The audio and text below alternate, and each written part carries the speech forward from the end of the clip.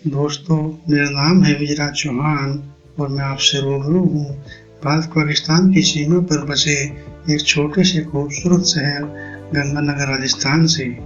अपने इस चैनल पर मैं आप सबका स्वागत करता हूँ। यहाँ पर आप मेरे लिखे नाटक, उपन्यास और कहानियाँ मेरी आवाज़ में सुन सकते हैं। दोस्तों, चलिए शुरू करते हैं आज के उपन्यास को।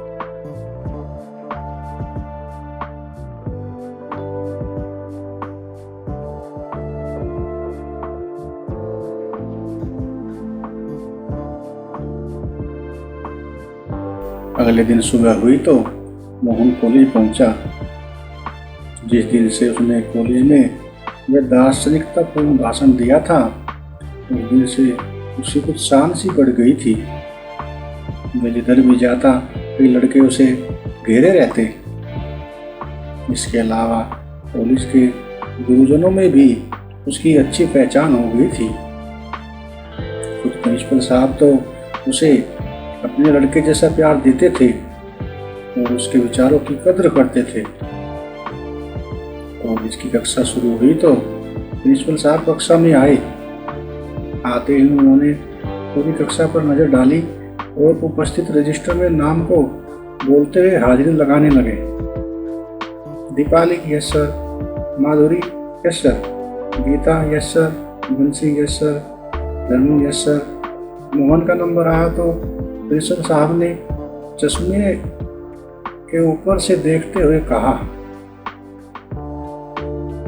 मोहन। जी सर। सीट से खड़े होकर मोहन बोला। प्रिंसिपल साहब बोले, ऐसा है बेटा, ये तो पता ही होगा कि गणतंत्र दिवस आने वाला है। हमारे सैकड़ों शहीदों ने जो कुर्बानी देकर ये आज़ादी हमें दिलाई है, उस आज़ादी का हम गणतंत्र दिवस पर पूरे देश के साथ मिलकर जश्न मनाएंगे। मैं चाहता हूँ कि झंडा फहराने के बाद तुम भी अपने कुछ अच्छे विचार प्रकट करो। जी सर। मोहन ने संकित मन से सहमति प्रकट की और बैठ गया। लेकिन तभी गीता ने टोका, सर ये क्या बोलेगा? ये फिर से कालिदास और वेदव्यास के जमाने की बातें करेगा। गीता की इस बात पर पूरी कक्षा ने दांत दिखाए। मोहन ने जब अपने विचारों की उपेक्षा सुनी तो खड़े खड़े गीता को ईर्ष्यालु आंखों से घूरा। गीता खुद भी यही चाहती थी कि मोहन उसकी तरफ देखे, उसने भी खूब नैन जोड़े।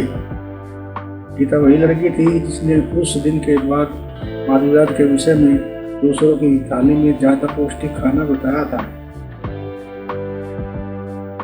जिस दिन से उसने मोहन के अंतःकरण के विचारों को सुना था, उस दिन से उसके मन में भी मोहन के प्रति सौहार्द की अंगाइयां आने लगी थी।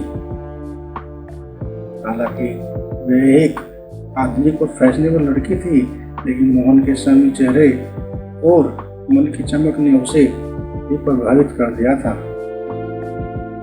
और अपने इसी उद्देश्य को मन में धारण किए उसने मोहन को छेड़ा था। जब पूरी कक्षा ने दांत दिखाए तो प्रिंसिपल साहब ने उन्हें घुड़क कर शांत किया और गीता की असभ्यता पर उसे डांटा। कॉलेज की छुट्टी हुई तो सब अपने अपने घर लौटने लगे। मोहन और धर्मू भी घर की तरफ चले।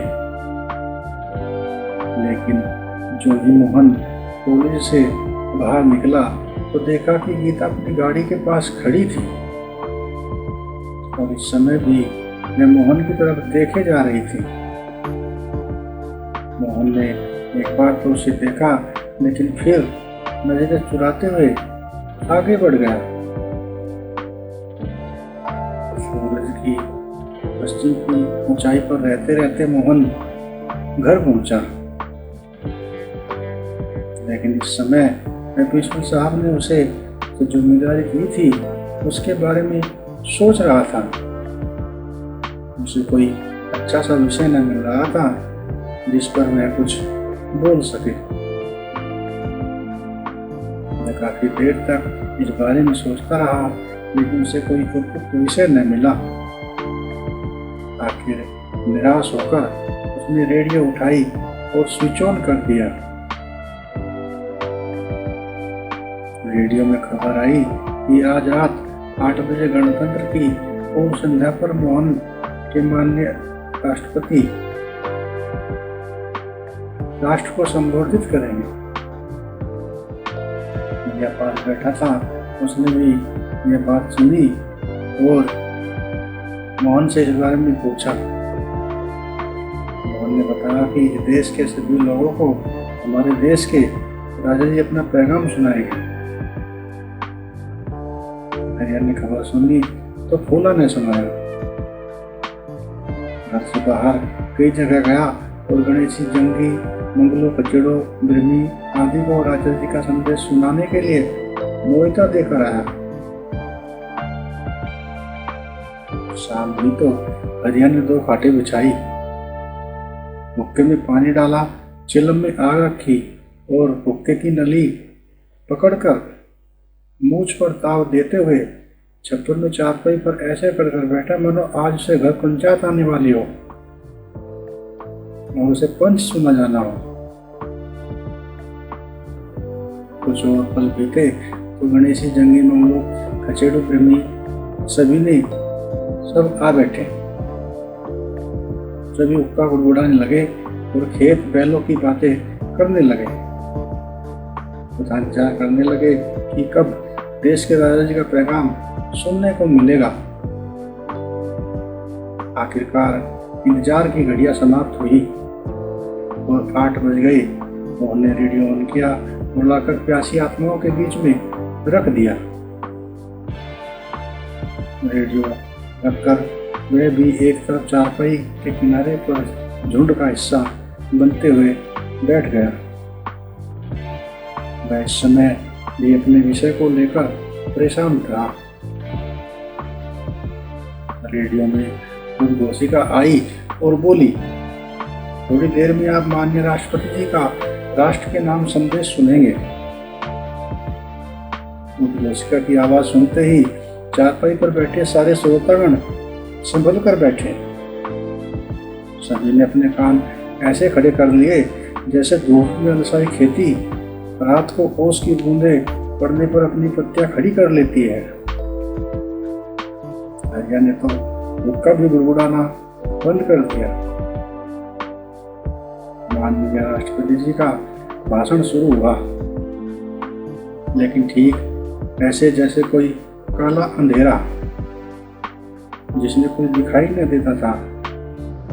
राष्ट्रपति जी अंग्रेजी में बोल रहे थे, जिसे सुनकर सभी के उत्सुक मुंह ऐसे हो गए जैसे किसी प्रिय मित्र की शादी में जाते ही किसी ने मुंह पर थप्पड़ मार दिया।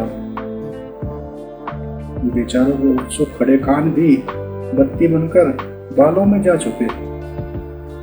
सारे के सारे श्रोतागण एक दूसरे की तरफ तो ऐसे भूखी नजरों से देख रहे थे कि कोई दूसरा ही उन्हें बता दे कि इस भाषा को कौन से कान से सुना जाएगा और इस खाने को कैसे खाया जाएगा। लेकिन बेचारों को किसी के भी पल्लों में कुछ खाने को न मिला। सभी की झोली अनदेखी बरसात में खाली थी।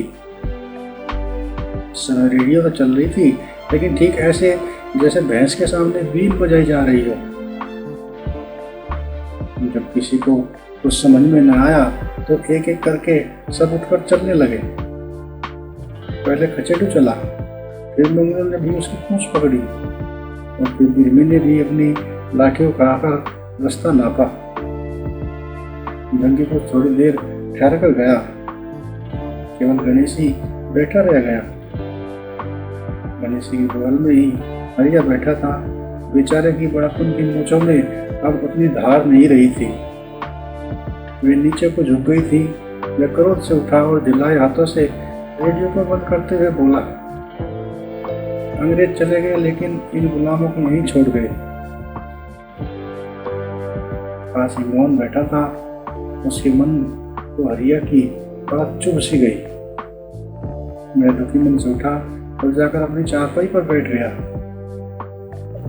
तो उसने कापी और कलम उठाई और लालटेन को पास रखते हुए कुछ लिखना सा शुरू कर दिया। ऐसा लगा कि वह गणतंत्र दिवस पर बोलने के लिए उसे कोई विषय मिल गया था।